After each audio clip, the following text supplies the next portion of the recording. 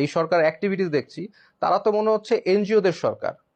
তারা তো এনজিও গ্রাম সরকার, যেটা পিনাকি ভাই বলেছেন।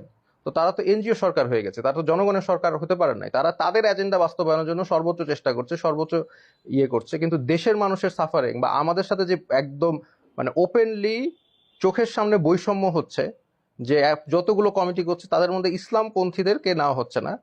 আপনারা দেখছেন সব হচ্ছে বাম ঘরনা, কিংবা যারা নাস্তিক, যারা মাইনরিটি নাস্তিকদের ভ্যালুজ, কিংবা পশ্চিমা ভ্যালুজ, হ্যাঁ, এই ধরনের যারা ভ্যালুজ লালন করে, যেটা দেশ বিরোধী, যেটা জনগণ বিরোধী, তাদেরকেই কমিটিতে রাখা